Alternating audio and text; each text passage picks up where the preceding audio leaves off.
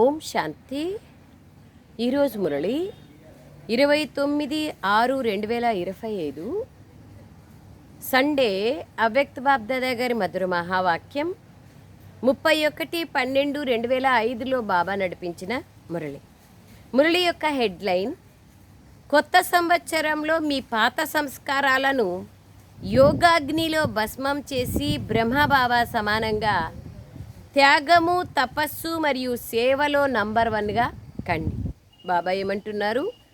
2005లోనే చెప్పారు, కొత్త సంవత్సరంలో పాత సంస్కారాలని యోగాగ్నిలో భస్మం చెయ్యండి, బ్రహ్మబాబా వాళ్ళ సమానంగా త్యాగము, తపస్య మరియు సేవలో నంబర్ 1గా అవ్వండి. ఈరోజు బాబ్దాదా సముఖంలో కూర్చొని ఉన్నవారికి మరియు దూరంలో కూర్చున్న వారికి, మనసుతో సమీపంగా ఉన్నవారికి అందరికీ 3 ప్రకారాల అభినందనలు ఇస్తున్నారు. 3 ప్రకారాలు ఏమేమి? 1, కొత్త జీవితానికి అభినందనలు. 2, కొత్త యుగానికి అభినందనలు. 3, కొత్త సంవత్సరానికి అభినందనలు. మీరందరూ ఈ కొత్త సంవత్సరానికి అభినందనలు ఇవ్వడానికి, తీసుకోవడానికి వచ్చారు కదా.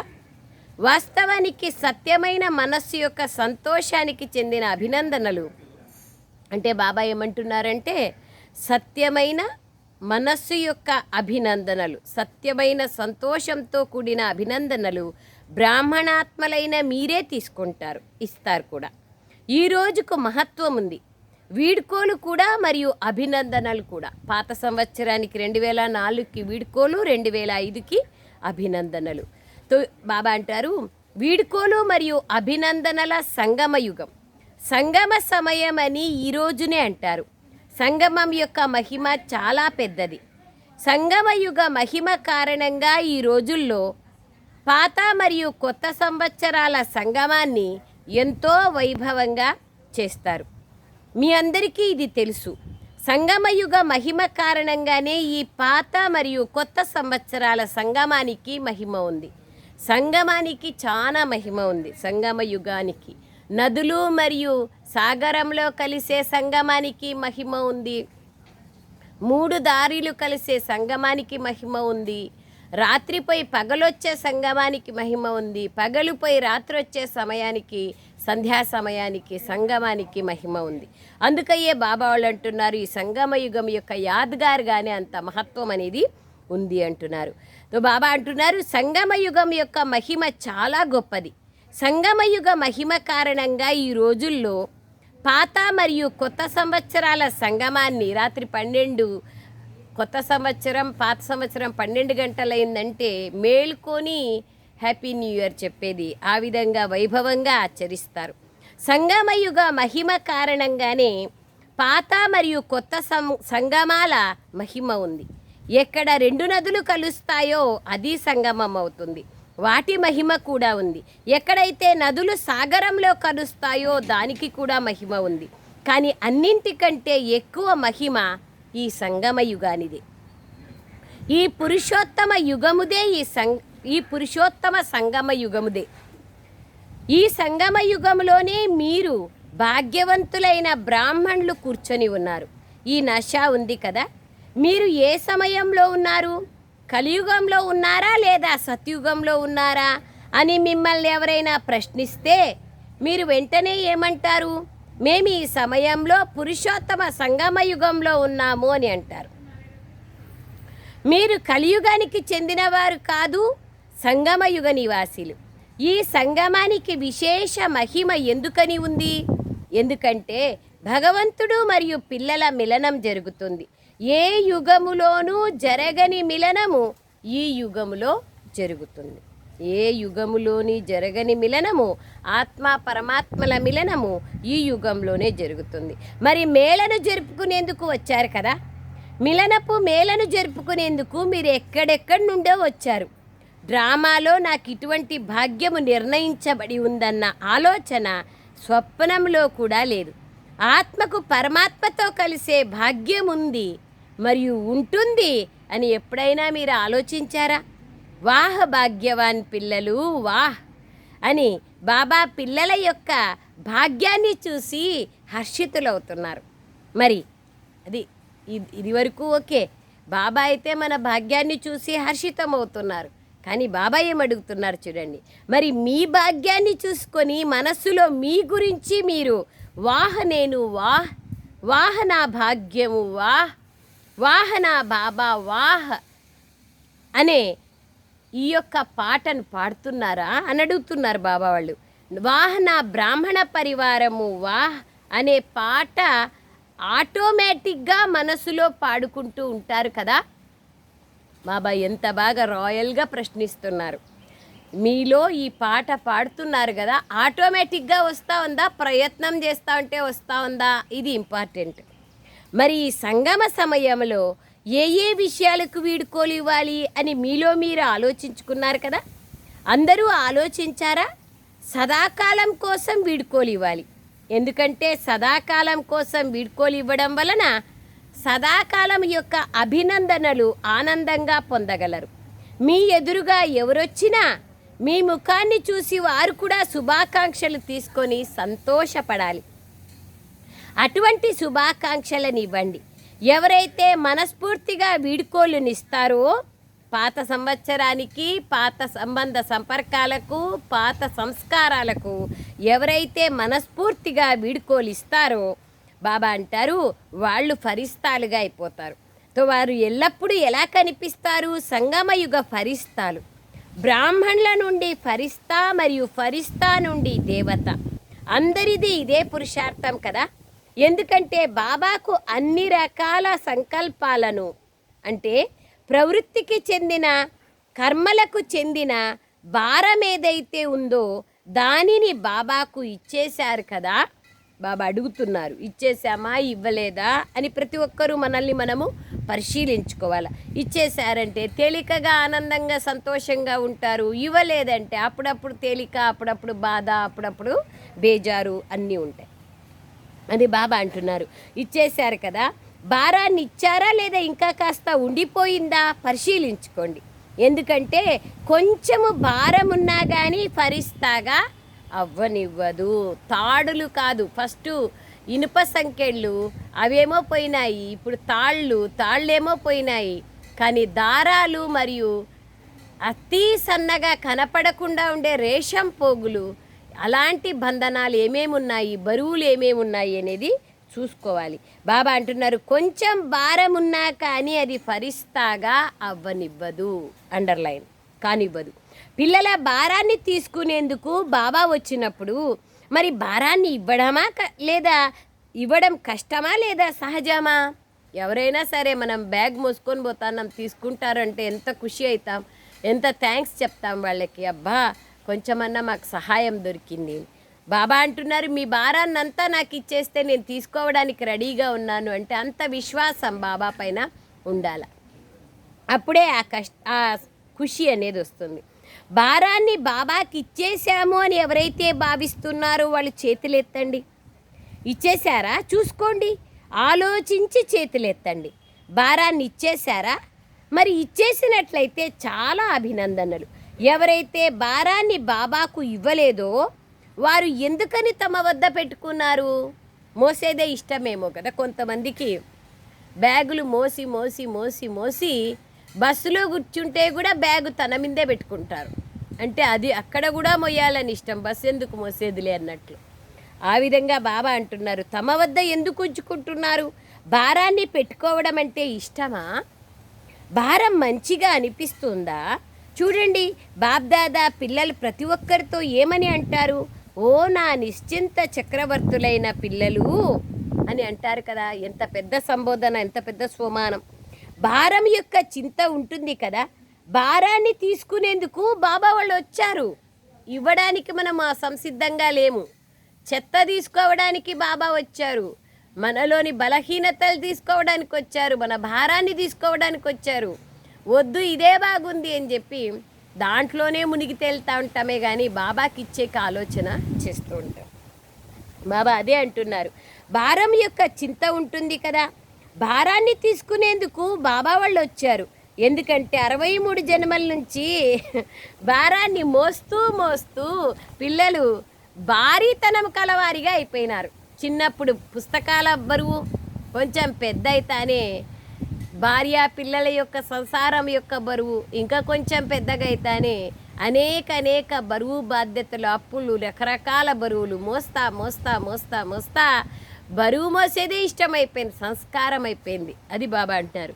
దీన్ని బాబా చూస్తున్నారు. అందుకని భారాన్ని ఇచ్చేయండి అని అడిగినా కూడా పిల్లలు ఇవ్వట్లేదు.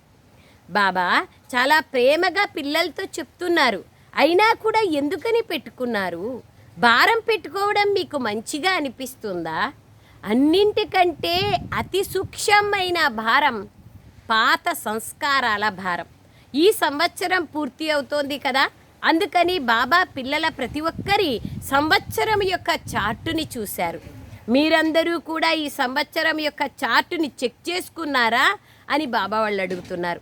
చాలామంది పిల్లలకు ఈ పాత ప్రపంచం పైన ఆకర్షణ తక్కువైంది, పాత సంబంధాల ఆకర్షణ కూడా తక్కువైంది. కానీ పాత సంస్కారాలు, వీటి భారం మెజారిటీ పిల్లలలో ఉంది. దీనిని బాబ్దాదా చూశారు. ఏదో ఒక రూపంలో మనసులో అశుద్ధ సంకల్పాలు లేకపోయినా కానీ వ్యర్థ సంకల్పాలు చేసే సంస్కారం ఇప్పుడు కూడా కొంత శాతంలో కనిపిస్తూనే ఉంది. బాబా ఏమంటున్నారు? అశుద్ధ సంకల్పాలేం నా పిల్లలకు రావట్లేదు, కానీ ఇప్పుడు వ్యర్థ సంకల్పాలు వస్తున్నాయి అంటున్నారు బాబా. తో వాచాలో కూడా కనిపిస్తోంది, సంబంధ సంపర్కాలలో కూడా ఏదో ఒక సంస్కారం ఇప్పుడు కూడా కనిపిస్తోంది. కనుక ఈరోజు బాబ్దాదా పిల్లలందరికీ అభినందనలతో పాటు ఒక సూచన ఇస్తున్నారు. లోపల ఉండిపోయిన ఈ సంస్కారం అవసరమైన సమయంలో మోసం చేసేస్తుంది. ಯಾವ సంస్కారము? అశుద్ధ సంకల్పాలు లేవు కానీ వ్యర్థ సంకల్పాలు. అంటే సంపాదించుకున్న అమృతవేళ ఏదైతే యోగం చేసి సంపాదించుకుంటామో దాన్ని దినమంతట్లో వ్యర్థ సంకల్పాల్లో ఖర్చు చేసుకుంటున్నాం, జమ చేసుకుంటున్నాము, ఖర్చు చేసుకుంటున్నాము. ఏం మిగులుతా ఉంది? పుణ్యం యొక్క ఖాతా, జమా ఖాతా అనేది రాత్రికి పరిశీలన చేసుకోవాలి. అదే బాబా వాళ్ళు అంటున్నారు. లోపల ఉండిపోయిన ఈ సంస్కారం అవసరమైన సమయంలో మోసం చేస్తోంది, మరియు అంతిమంలో కూడా మోసం చేసేందుకు నిమిత్తమవుతుంది. మరి ఇంతంతా ఎందుకంత కష్టపడాలి అంతిమంలో మోసపోయేదానికి? కర్ణుడు చూడండి, ఎంత అర్జున్ని కంటే గొప్ప విలువిద్య కలిగిన వాడు, కానీ ఏమైంది? తాను శాపం ఉండేదాని కారణంగా మోసపోయినాడు కదా. ఇతరులకు మోసం చేసిన దాని కారణంగా తాను స్వయం మోసపోయినాడు. అదే బాబా వాళ్ళు అంటున్నారు ఇక్కడ, మోసం చేసే సంస్కారం ఏమవుతుంది? అంతిమంలో కూడా మిమ్మల్ని మోసం చేసేస్తుంది. ప్రతి ఒక్కరికి తమ సంస్కారం గురించి తెలుసు కూడా, వదలాలని అనుకుంటారు కూడా, విసిగిపోయి ఉన్నారు కూడా. చూడు, వదలాలనుకుంటారు, తమ సంస్కారము తెలుసు, విసిగిపోయి ఉన్నారు, కానీ సదాకాలానికి పరివర్తన చేసుకోవడంలో తీవ్ర పురుషార్థులుగా లేరు. పురుషార్థం చేస్తున్నారు, అందరూ చేస్తున్నాం పురుషార్థం, కానీ తీవ్ర పురుషార్థం లేదు, వేగం లేదు అంటున్నారు బాబా వాళ్ళు. కారణమేమి? తీవ్ర పురుషార్థం ఎందుకని ఉండదు అంటే కారణం చెప్తున్నారు బాబా వాళ్ళు. రావణాసురుణ్ణి చంపేసినారు, కానీ కేవలం చంపడం కాదు, కాల్చేయాలి. చంపితే మళ్ళీ ఆయన బతుకుతాడు. అప్పుడప్పుడు సందర్భం వచ్చింది అంటే ఎక్కడుండిందో, నేను కోపమేమో బాబాకి ఇచ్చేసి వచ్చినాను కదా మధుబన్లో అనుకుంటాం, మళ్ళీ ఇంటికి వస్తానే ఏవేవో అనేకమైన సమస్యల కారణంగా, పరిస్థితుల కారణంగా వద్దంటే ఎప్పుడో ఒకసారి కోపం వచ్చేస్తుంది. అది బాబా అంటున్నారు. ఇచ్చేసినాం అనుకుంటాము, చంపినాము, కానీ కాల్చేయాలి. ఇలా చంపేందుకు పురుషార్థం చేస్తారు, సంస్కారం కాస్త స్పృహ లేనిదిగా అయిపోతుంది, అది కూడా నటిస్తుంది చచ్చిపోయినట్లుగా, కానీ కాల్చలేదు. కనుక అచేతనంగా అయిపోవడం నుండి మధ్యలో మళ్ళా లేచి కూర్చుంటుంది. దీనికోసం పాత సంస్కారాలను దహన సంస్కారము, అంతిమ సంస్కారము చేసేసేయండి. ఈ కొత్త సంవత్సరంలో వాటిని యోగాగ్ని ద్వారా కాల్చేయండి. దృఢ సంకల్పం అనే అటెన్షన్ని పెట్టుకోండి ప్రతిరోజు. ఈజీ మెథడ్ ఏమి అంటే, బాబాకి ఏదైతే ప్రతిజ్ఞ చేస్తామో దాన్ని ప్రతిరోజు అమృత వేళలో తిరిగి చేయాలి. బాబా ఇది మీకు ప్రతిజ్ఞ చేశాము, ఆ రోజంతా కాపాడే బాధ్యత మీదే బాబా, నేను అటెన్షన్ అయితే పెడతాను అని బాబాకు ఒప్పిస్తే కంపల్సరీగా ఆ రోజంతా నేను దానిపైన విజయాన్ని పొందుతాను.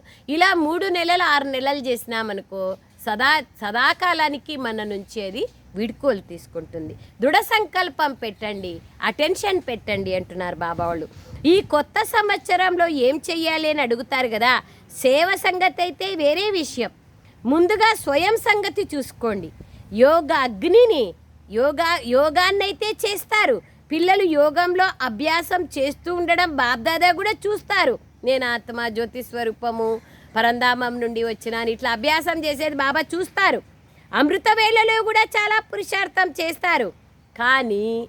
కానీ అనేది ఏమి చూడండి, యోగ తపస్సు రూపంలో చెయ్యరు. తపస్సు అంటే జ్వాల స్వరూపం. బాబాను తప్పకుండా చాలా ప్రేమతో గుర్తు చేసుకుంటారు. ఆత్మిక సంభాషణ కూడా చాలా బాగా చేస్తారు. శక్తిని తీసుకునే అభ్యాసాన్ని కూడా చేస్తారు. కానీ వీడ్కోలు ఇచ్చేయాలి అనే సంకల్పం చేస్తే ఇక వీడ్కోలు ఇవ్వలేనంత స్మృతిని శక్తిశాలిగా చేసుకోవడం లేదు, వీడ్కోలు ఇవ్వడం లేదు. యోగమును అగ్ని రూపంలో కార్యంలో పెట్టరు కనుక యోగమును శక్తిశాలిగా తయారు చేసుకోండి. విశేషంగా సంస్కారాలను భస్మం చేసుకోవడంలో ఏకాగ్రత శక్తి ఉండడం తప్పనిసరి. ఇప్పుడు సూర్యుని కిరణాలు వస్తూ ఉంటాయి. భూతద్దం ద్వారా కింద పేపర్ని కాల్చేయాలంటే చాలా చెయ్యిని కదలీకుండా ఒక జాగాలో ఏకాగ్రం చేసి ఆ కిరణాలని భూతద్దం ద్వారా అట్లే పెట్టుకొని ఉంటే కొంచెం సేపు ఒక 5-10 నిమిషాల తర్వాత అగ్గి ప్రారంభమవుతుంది. ఆ విధంగానే బుద్ధిరూపి భూతద్దం ద్వారా జ్ఞానసాగరుని కిరణాలను ఏకాగ్రం చేసినట్లయితే మనలోని వికారాల యొక్క అంశాలన్నీ సమాప్తమైపోతాయి. అది బాబా వాళ్ళు అంటున్నారు. ఏకాగ్రత శక్తి ఉండడం తప్పనిసరి. ఏ స్వరూపంలో ఏకాగ్రం కావాలనుకుంటే ఆ స్వరూపంలో ఎంత సమయము ఏకాగ్రం కావాలనుకుంటే అంత సమయం. ఏ స్వరూపంలో కావాలనుకుంటే ఆ స్వరూపంలో కాగలం.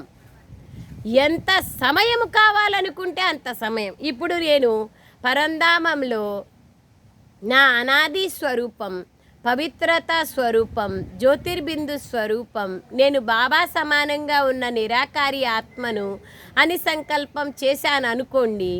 ఆ సంకల్పంని లేదా స్వరూపంలోకి తీసుకొస్తాను. కానీ 10 నిమిషాలు పరంధామంలో ఉండడం చాలా కష్టం. అంటే ఎంత సమయం కావాలనో అంత సమయం ఉండలేము. ఏ స్వరూపంలో కావాలనో ఆ స్వరూపంలో ఉండగలుగుతాం. అది బాబా అడుగుతున్నదేమి, ఎంత సమయం కావాలంటే అంత సమయం కూడా అవసరం. వికారాలు కాలిపోవాలి అంటే చాలా సమయము ఒకే స్థితిలో స్థిరం కావాలి. అప్పుడే వికారాలు సమాప్తమవుతాయి. ఏ స్వరూపంలో ఏకాగ్రం కావాలనుకుంటే ఆ స్వరూపంలో ఎంత సమయము ఏకాగ్రం కావాలనుకుంటే అంత సమయము ఇలా ఏకాగ్రత సంకల్పం చేశారంటే అది భస్మమైపోతుంది. దీనినే యోగాగ్ని అంటారు. పేరు గుర్తులు కూడా సమాప్తమైపోవాలి. చంపినా కానీ శవమైతే ఉండిపోతుంది కదా. కానీ భస్మం చేసేస్తే, కాల్చేస్తే ఇక పేరు గుర్తులు కూడా సమాప్తమైపోతాయి కదా. కనుక ఈ సంవత్సరం యోగాన్ని శక్తిశాలి స్థితిలోకి తీసుకురండి. మాస్టర్ సర్వశక్తివంతులు ఏ స్వరూపంలో ఉండాలనుకుంటే ఆ స్వరూపంలో ఉంటారు. ఆజ్ఞాపించండి. సమాప్తం చేసే శక్తి మీ ఆజ్ఞను పాటించలేదంటే అది జరగదు. యజమానులు మాస్టర్లని పిలువబడతారు. మరి మాస్టర్లు ఆర్డర్ చేస్తే ఆ శక్తి హాజరు కాకపోతే వారిని మాస్టర్లు అంటారా? పాత సంస్కారానికి చెందిన ఎంతో కొంత అంశం మాత్రం ఇప్పుడు కూడా ఉండిపోయింది. దీన్ని బాబ్దాదా చూశారు. ఈ అంశము మధ్యంలో వంశంలాగా పెరిగిపోతోంది. అది కర్మల్లే కూడా వస్తోంది. యుద్ధం చేయాల్సి వస్తోంది. బాబ్దాదాకు సమయానుసారంగా పిల్లల యుద్ధ స్వరూపం నచ్చడం లేదు. బాబా ఏమంటున్నారు చూడండి. నా పిల్లలై ఉండి నన్ను జ్ఞాపకం చేసుకునేకి యుద్ధం చేస్తున్నారంటే ఇది నాకు నచ్చడం లేదు అంటున్నారు బాబా. బాబ్దాదా పిల్లల ప్రతి ఒక్కరిని యజమాని రూపంలో చూడాలనుకుంటున్నారు. హాజరై ఆర్డర్ చేస్తే ఆ శక్తులన్నీ హాజరైపోవాలి. మరి ఈ సంవత్సరంలో స్వయం కోసం ఏం చెయ్యాలి అనే దాన్ని విన్నారా? శక్తిశాలీలు, నిశ్చింత చక్రవర్తులు. ఎందుకంటే మీ లక్ష్యం ఏమీ అని ఎవరినైనా అడిగితే ఏమంటారు? విశ్వరాజ్యాధికారాన్ని ప్రాప్తి చేసుకోవడం అంటారు. రాజ్యాధికారులుగా అవుతామని అంటారు. స్వయంని రాజయోగిగా పిలిపించుకుంటారు. రాజయోగిలా ప్రజాయోగిలా అని మొత్తం సభలో అడిగితే ఎవరైనా మేము ప్రజాయోగులమని చేతులెత్తుతారా? లేదు కదా. ప్రజాయోగులు అని ఎవరైనా చెప్తారా? టీచర్లు అటువంటి వారు ఎవరైనా ఉన్నారా? మీ సెంటర్లలో ఎవరైనా ప్రజాయోగులు ఉన్నారా?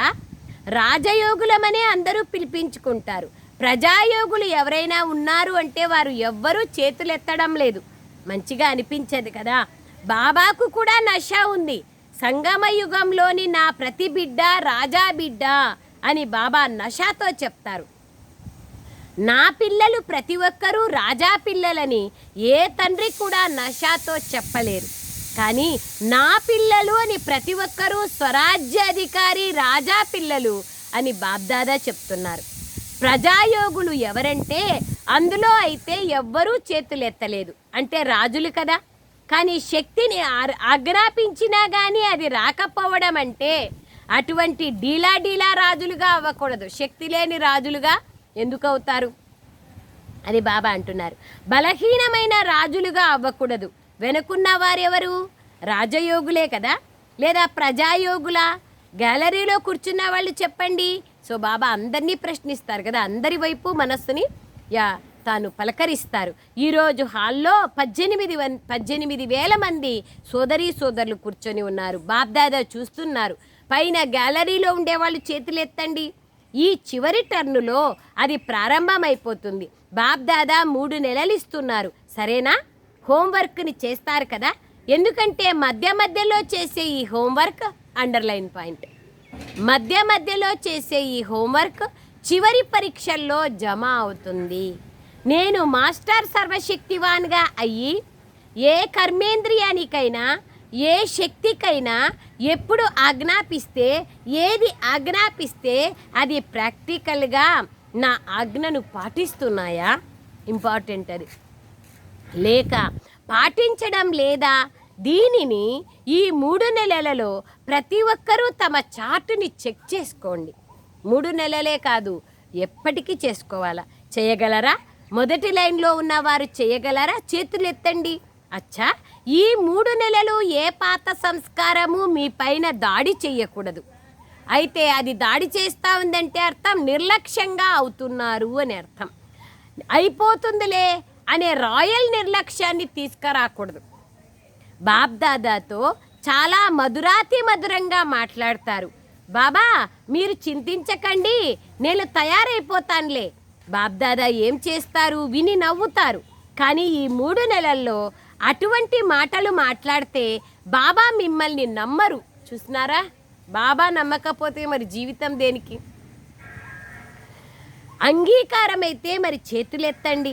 మనస్ఫూర్తిగా చేతులెత్తాలి. సభలో ఉన్నామన్న కారణంగా చేతులెత్తమాకండి. చెయ్యాల్సిందే. ఏది సహించాల్సి వచ్చినా, ఏది వదలాల్సి వచ్చినా ఏం పర్వాలేదు, చెయ్యాల్సిందే. పక్కా టీచర్లు చేస్తారా? అచ్చా, కిరీటాన్ని ధరించిన ఈ చిన్నారి పిల్లలు చేస్తారా? కిరీటాన్ని మంచిగా ధరించారు, మీరు కూడా చెయ్యాల్సిందే. అచ్చా చూడండి, పిల్లలు కూడా చేతులు ఎత్తుతున్నారు. ఒకవేళ మీరు చెయ్యకపోతే ఏం చెయ్యాలి అది కూడా చెప్పండి. బాబ్దాదా ఒక సీజన్లో మిమ్మల్ని రానివ్వరు, అలా చెయ్యరు, పర్మిషన్ ఇవ్వరు. ఎందుకంటే సమయం మీకోసం ఎదురు చూస్తోంది. ఇది బాబ్దాదా చూస్తున్నారు. మీరు సమయం కోసం ఎదురు చూసేవారు కాదు. అండర్లైన్. సమయం మన కోసం ఎదురు చూడాలి కానీ మనం సమయం కోసం ఎదురు చూడకూడదు. మీరు ఏర్పాట్లను తయారు చేసుకునేవారు. సమయం మీకోసంగా ఎదురు చూస్తూ ఉంది. ప్రకృతి కూడా మిమ్మల్ని ఆహ్వానిస్తోంది. కనుక ఈ 3 నెలల్లో మీ శక్తిశాలి స్థితిలో ఉంటూ సంస్కారాలను పరివర్తన చేసుకోండి. ఒకవేళ మీరు 3 నెలలు అభ్యాసం చేసినట్లయితే దాని తర్వాత కూడా అది అభ్యాసం అయిపోతుంది. అది బాబా యొక్క ప్లాన్. ఏమి అంటే ఏ పనినైనా 3 నెలలు చేసినామంటే అది కంటిన్యూగా ఇంకా దానిపైన విజయం పొందేది సహజమైపోతుంది.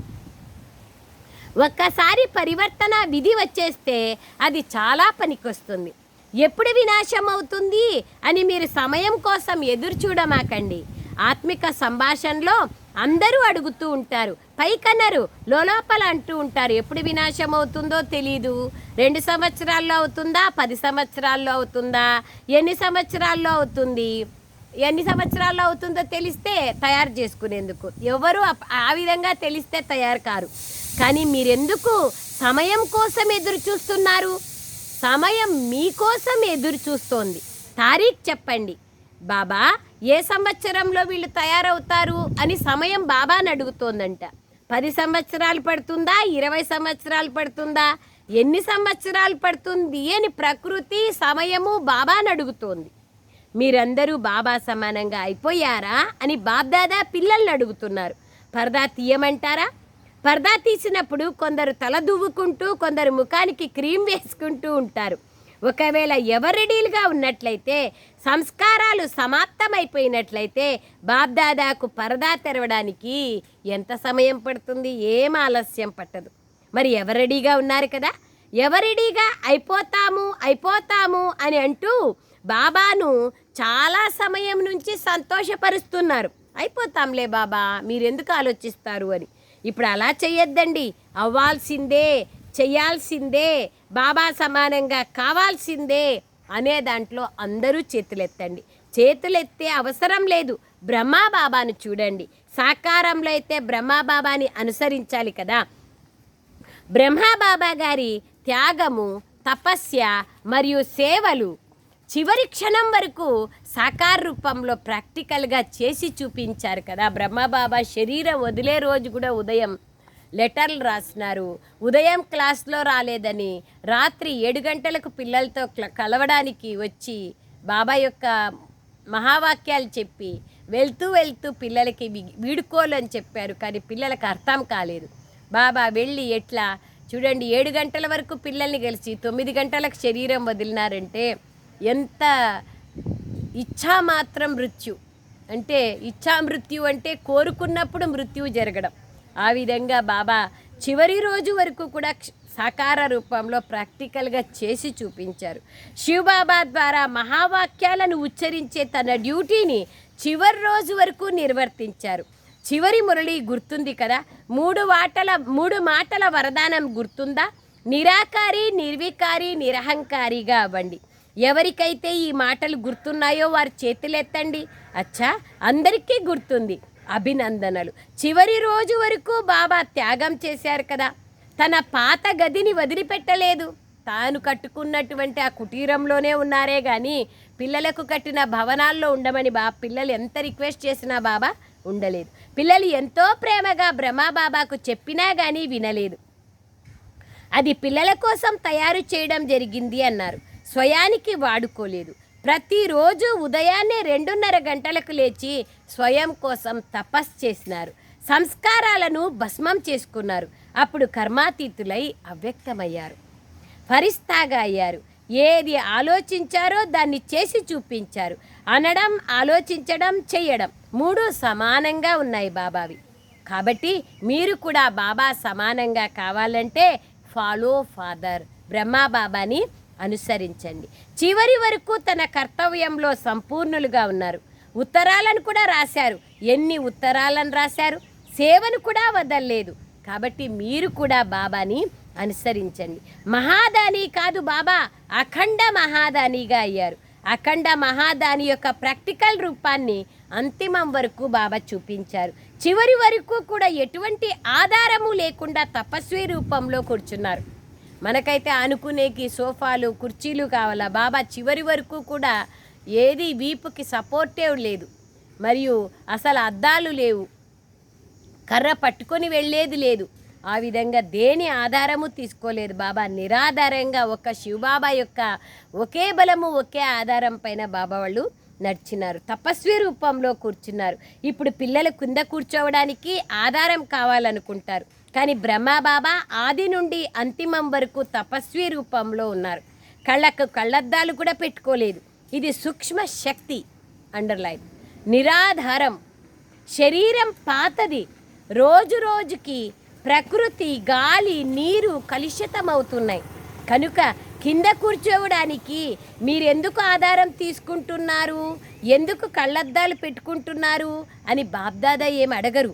పెట్టుకోండి, ఆధారం తీసుకోండి, కానీ మీ స్థితిని శక్తిశాలిగా తప్పకుండా తయారు చేసుకోండి.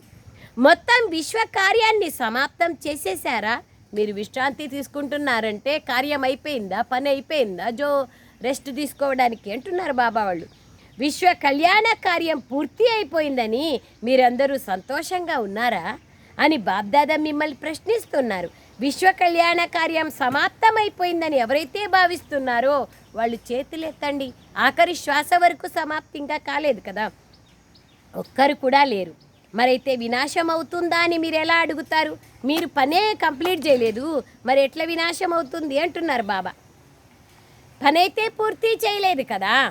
అచ్చా, నలువైపులా ఉన్న సదా ఉల్లాస ఉత్సాహాలతో ఉన్నతి చెందేవారికి, సదా ధైర్యాన్ని పెట్టి బాబ్దాదా నుండి కోట్ల రెట్లుగా సహాయాన్ని పొందేవారికి, సదా విజయీ రత్నాలకు ప్రతి కల్పంలో విజయులుగా అయ్యారు, ఇప్పుడు కూడా విజయులు, ప్రతి కల్పంలో విజయులుగా ఉండనే ఉన్నారు.